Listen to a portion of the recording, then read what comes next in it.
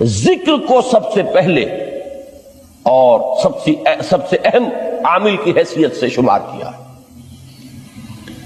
چنانچہ اس کی پہلی آیت جو ہے سورہ آل عمران کے آخری رکوع کی، اس میں تو وہی مضمون جو میں بیان کر چکا وہ آیا ہے، ان فی خلق السماوات والارض واختلاف اللیل والنہار لآیات لأولی الالباب۔ یقیناً آسمانوں اور زمین کی تخلیق میں اور دن اور رات کے الٹ پھیر میں نشانیاں ہیں ہوش مندوں کے لیے۔ ان کے ذریعے سے انسانی شعور کے اندر وہ معرفت رب اجاگر ہوگی۔ وہ پہلا مرحلہ اس نے طے کر لیا، وہ ڈورمنٹ معرفت اب ایکٹیویٹ ہو گئی۔ اب مزید فکر کا مرحلہ ہے جو اگلی آیت میں آیا ہے، الذین یذکرون اللہ قیاما وقعودا وعلی جنوبہم ویتفکرون فی خلق السماوات والارض ربنا ما خلقت ھذا باطلا سبحانک فقنا عذاب النار۔ یعنی تفکر جو ہے ویتفکرون فی خلق السماوات والارض، وہ تفکر کرتے ہیں، غور و فکر کرتے ہیں آسمان اور زمین کی تخلیق میں، لیکن اس تفکر کے ساتھ لازماً ذکر، اور ذکر مدام، ذکر بھی وہ کہ جو مستقل ہو، ہر حالت میں ہو۔ الذین یذکرون اللہ قیاما وقعودا وعلی جنوبہم، وہ لوگ کہ جو اللہ کو یاد رکھتے ہیں، اللہ کا ذکر کرتے ہیں، کھڑے ہوئے بھی، بیٹھے ہوئے بھی، اور اپنے پہلوؤں کے بل یعنی لیٹے ہوئے بھی۔ اب ان تین کے سوا تو کوئی پوزیشن انسان کی نہیں ہے، اسی کا نام ہے دوام ذکر۔ اور اس کے ساتھ اگر وہ تفکر کرتے ہیں تو ان کا فکر اگلی منزل تک پہنچتا ہے۔ تو پہلی شے تھی فکر انسانی کی صحیح رخ پر مزید پیش قدمی اور پیش رفت، اور اس کے لیے لازم ہے ذکر و فکر کا امتزاج۔ دوسری چیز کو لیجئے عمل کی درستی۔ اس عمل کی درستی کے لیے اللہ تعالی کے ساتھ ایک گہرے تعلق کی ضرورت ہے، اس لیے کہ صبر کی بحث میں یہ مضامین شاید آپ کے سامنے آ گئے ہو کہ صبر، جہاں مصیبت پر صبر ہوتا ہے، تکلیف پر صبر ہوتا ہے، اللہ کے احکام پر جمنا یہ بھی صبر ہے، نفس کی خواہشات کی باغ کو تھام کر رکھنا، کھینچ کر رکھنا یہ بھی صبر ہے، اور استقامت، کسی شے پر قائم رہنا یہ بھی صبر ہے۔ تو عمل صحیح پر استقامت کے لیے وَاصْبِرْ وَمَا صَبْرُكَ إِلَّا بِاللَّهِ، اس صبر کی سب سے اہم جو بنیاد ہے، اس کا جو سب سے بڑا ذریعہ ہے، اس کا جو سب سے بڑا سہارا ہے، وَمَا صَبْرُكَ إِلَّا بِاللَّهِ، اس کے لیے ضرورت ہے ایک گہرے تعلق کی کہ اللہ کے ساتھ ایک ایسا تعلق برقرار رہے جو نہ صرف گہرا ہو بلکہ دائم و قائم، مسلسل۔ ذرا ذہول ہوگا تعلق مع اللہ میں، ذرا کمی آئے گی، شیطان کا وار کاری ہو جائے گا۔ اسی کو حضور نے حدیث میں یوں تعبیر کیا ہے تمثیلاً کہ جو دل اللہ کی یاد سے غافل ہے، اس پر فارسی کا وہ مقولہ بھی ہے کہ خانہ خالی را دیو میں گیرت، گھر خالی رہے تو جنات اس پر دیو جو ہے آ کر قبضہ جما لیتے ہیں۔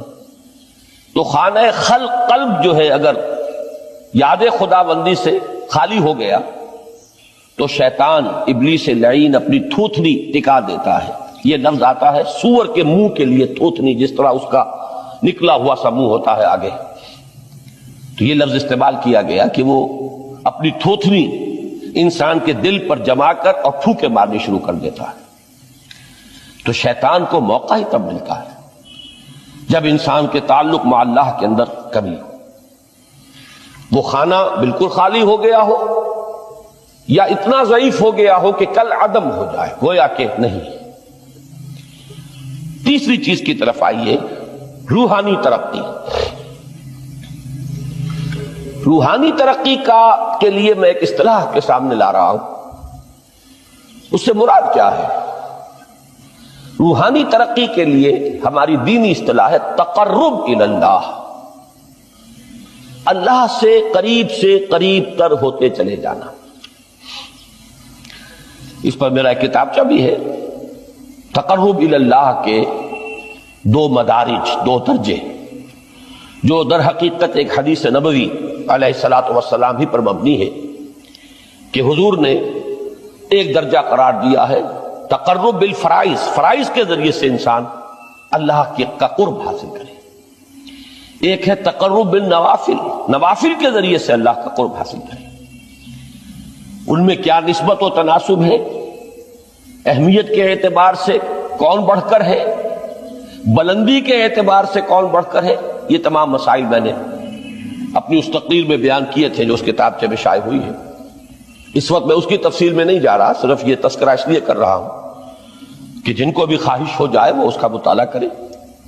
ہماری اس وقت کی گفتگو سے وہ کتابچہ اس جگہ پر منسلک ہوگا۔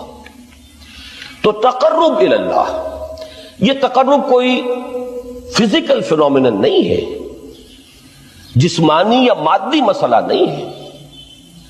اللہ سے قرب یہ نہیں ہے کہ کوئی کروڑوں میل کا فاصلہ ہے، اب ہمیں کوئی رسی پر چڑھنا ہے اوپر بڑی محنت اور مشقت سے، فصل تو ہے ہی نہیں، فاصلہ ہے ہی نہیں، بعد ہے ہی نہیں۔ نحن اقرب الیہ من حبل الورید، ہم تو انسان سے اس کی شہرگ سے بھی زیادہ قریب ہیں۔ ہوا معکم اینما کنتم، وہ تو تمہارے ساتھ ہی ہوتا ہے جہاں کہیں بھی تم ہو، بس صرف یہ کہ تمہاری توجہ نہیں ہوتی، تم اور چیزوں میں مشغول و مصروف رہتے ہو، تم ہماری طرف دھیان ہی نہیں دیتے، تم ہماری طرف متوجہ ہی نہیں ہوتے۔ ہم تو مائل بے کرم ہے، کوئی سائل ہی نہیں، راہ دکھلائیں کسے رہنوے منزل ہی نہیں۔ انسان جب متوجہ ہو جاتا ہے اور بڑھتا ہے، آگے پیش قدمی کرتا ہے روحانی اعتبار سے، تو یہ ہے در حقیقت تقرب الی اللہ، اور اسی کو ہم کہیں گے روحانی ترقی۔ اب ان 3 چیزوں کو اگر آپ نے ذہن میں جما لیا، پھر میری بات کی ترتیب اس کو ذہن میں قائم کیجئے۔ ہم چلے کہاں سے؟ کہ دین کے ساتھ اصل مناسبت فلسفے کی نہیں، حکمت کی۔ نمبر 2، حکمت قرآنی کا پہلا اور اہم ترین اور بنیادی مسئلہ معرفت رب کا حصول ہے۔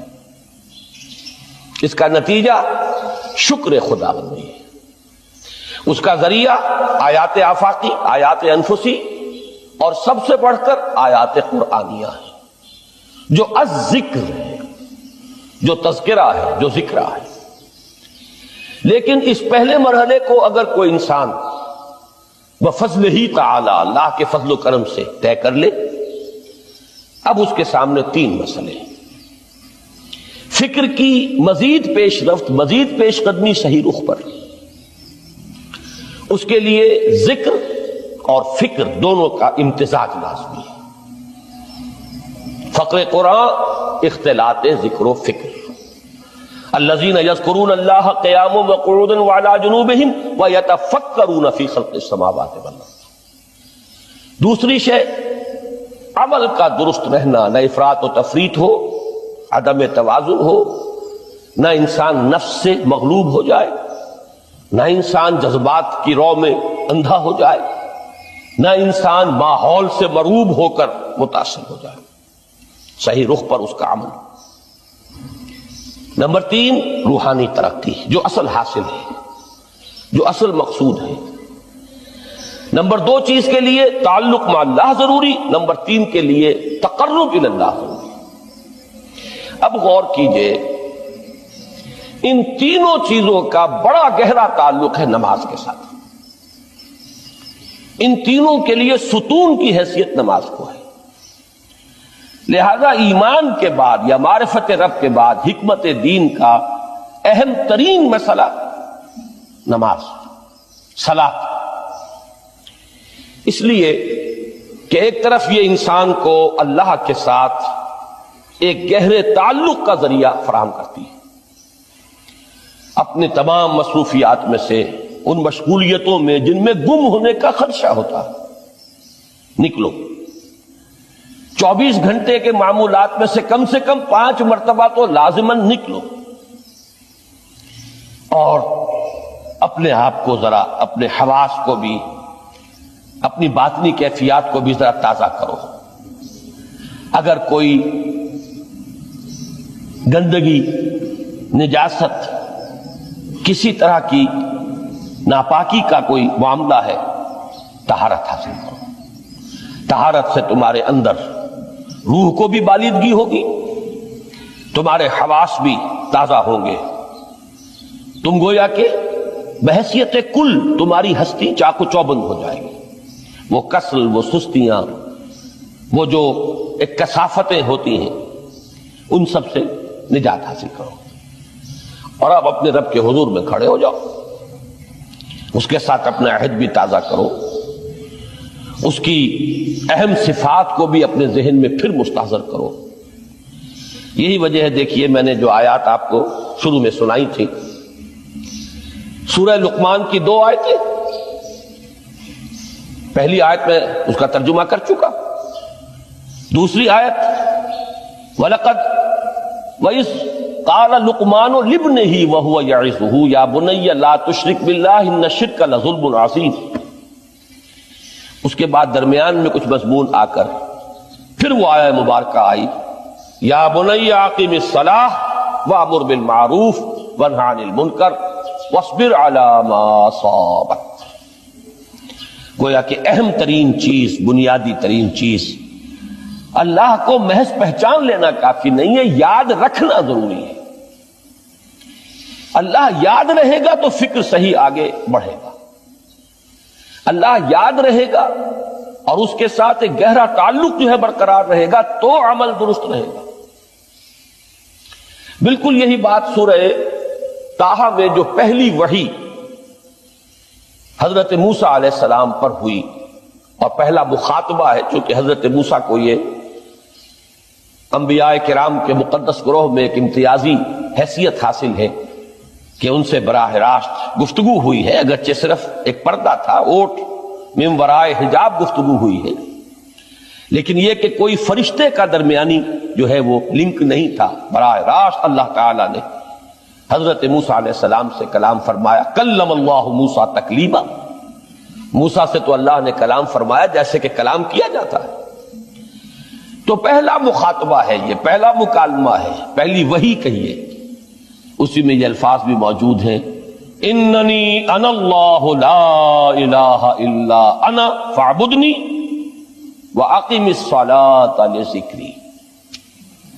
یہ گویا کہ حکمت قرآنی کا ایک بہت بڑا خزانہ ہے یہ آیت مبارکہ، کہ خود حضرت موسیٰ علیہ السلام کو جو ہدایت دی جا رہی ہے، میں ہوں، میں اللہ، اننی انا اللہ لا الہ الا انا، میرے سوا کوئی معبود نہیں، فاعبدنی، بس میری بندگی، میری عبادت، میری پرستش، میری محبت، اس کو اختیار کرو۔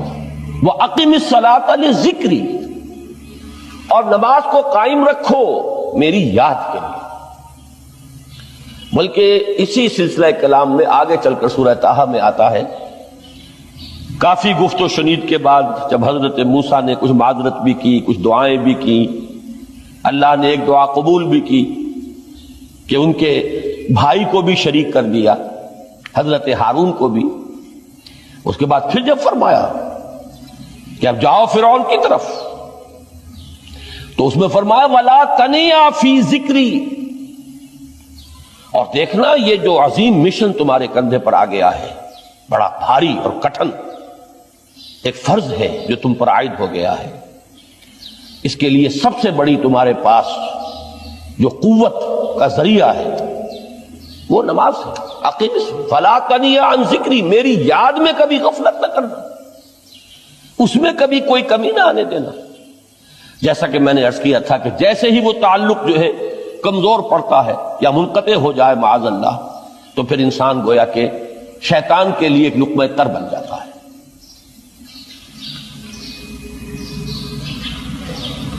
اب آپ غور کیجئے، تیسری شے تقرب الی اللہ، اس کے حوالے سے بھی جو فرائض اور نوافل کی بات ہے اس کو اس وقت ذہن سے نکال کر یہ سمجھیے کہ اس میں نماز کا کیا مقام ہے، اس لیے کہ نماز فرض بھی ہے، نماز نفل بھی ہے، وہ تو ان دونوں میں شریک ہو جائے گی۔ اب اس کو لفظ صلاۃ کے حوالے سے آپ ان دونوں چیزوں کو سمجھیے۔ صاد لام واو یا یہ چونکہ حروف علت ایک دوسرے سے بدلتے رہتے ہیں، یہ جو مادہ ہے اس کی جو خالص لغوی اصل ہے، جو خالص عربی زبان میں اس کا بنیادی مفہوم ہے، وہ آگ جلانا یا آگ تاپنا یا آگ سینکنا، حرارت حاصل کرنا۔ لہذا بار بار آتا ہے جہنم کے ذکر میں اسلوہا، اب جلو اس میں، تاپو اس کو، یہ سینکے گی تمہیں۔ بلکہ تفتلون کا لفظ آیا ہے حضرت موسیٰ کے کلام میں، جب وہ گئے تھے کوہ طور پر، جب پہنچ گئے تو تھے آگ تک کی تلاش میں، لعلکم تفتلون، تو اپنے اہل خانہ سے یہی کہا تھا کہ مجھے کہیں وہ روشنی نظر آ رہی ہے، غالباً کوئی وہاں سے آگ مل سکے گی، ورنہ یہ کہ کوئی رہنمائی کو رستہ مجھے مل سکے گا، میں وہ آگ لے آؤں گا، کوئی چنگاری وہاں سے لے آؤں، لعلکم تفتلون، تاکہ تم، اب یہ اصطلاح در حقیقت باب افتعال ہے، اور یہ تے یہاں پر توئے کی شکل اختیار کر گئی، تا نے توبن کی صورت اختیار کی صاد کی وجہ سے۔ بہرحال اس کا سب سے بنیادی مفہوم جو ہے وہ ہے تاپنا، سکائی حاصل کرنا، حرارت۔ اس کے حوالے سے سمجھ لیجئے کہ سب سے بنیادی تعلق اس کا جو ہے وہ روح کے ساتھ ہے۔ روح میں محبت خداوندی کی آگ اگر ٹھنڈی پڑ گئی ہو، اگر محبت خداوندی کی حرارت میں کمی ہو رہی ہو، تو اس کو اثر نو، جس کو کہ میں آج سوچ رہا تھا تو ایک لفظ ذہن میں آیا کہ جیسے بیٹری اس کو ریچارج کیا جاتا ہے، اسی طریقے سے روح کے اندر محبت خداوندی کی اس حرارت کو اثر نو تازہ کرنا، یہ ہے در حقیقت نماز کا اصل مقصد۔ اس لیے کہ اس لفظ کا بنیادی مفہوم، اصل لغوی مفہوم تو یہ، اگرچہ اس کا سب سے زیادہ کثرت سے جو استعمال ہوتا ہے، اور لفظ صلاۃ جس سے در حقیقت جس تصور پر مبنی ہے وہ ہے اقدام، کسی کی طرف متوجہ ہونا اور پھر دعا۔ صلاۃ کا سب سے قریبی مفہوم لفظی جب بیان کیا جائے گا، اس سے مراد، اس کے معنی، تو دعا اس میں اہم ترین ہے۔ کسی کی طرف توجہ کرنا، مناجات کرنا، گفتگو کرنا، مخاطبہ، مکالمہ، دعا، یہ در حقیقت صلاۃ کا سب سے بڑا اصطلاحی مفہوم ہے۔ لیکن جو اس کا مادہ ہے، صاد لام واو یا صاد لام یا، اس کا اصل مفہوم جو ہے وہ تاپنا، حرارت حاصل کرنا۔ تو ان دونوں کے حوالے سے عرض کر رہا ہوں، وہ تاپنا اور حرارت حاصل کرنا وہ ہے روح کے اعتبار سے۔ وہ جو کہا اقبال نے کہ بجھی عشق کی آگ اندھیر ہے، مسلمان نہیں راہ کا ڈھیر۔ یہ عشق کی آگ جب بجھ جاتی ہے، در حقیقت یہی تو انسان کی روحانی موت ہے۔